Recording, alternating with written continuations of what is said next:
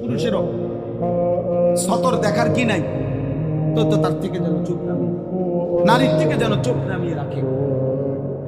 বাচ্চা যেই ছেলের প্রতি আকর্ষণ বোধ হয়, শাহওয়াত জাগে, তার থেকেও যেন চোখ নামিয়ে রাখে। ওয়াহফাজু ফুরুজাহুম, আল্লাহ তাআলা বলেন, এবং তাদেরকে বলেন তারা যেন তাদের লজ্জাস্থানের হেফাজত করে। জিনা, ব্যভিচার এবং নিজের হাত, নিজের লজ্জাস্থানের নাপাক ব্যবহার এবং যেই কোনো ধরনের লজ্জাস্থানের গুনাহ, তার থেকে যেন বাঁচিয়ে রাখে।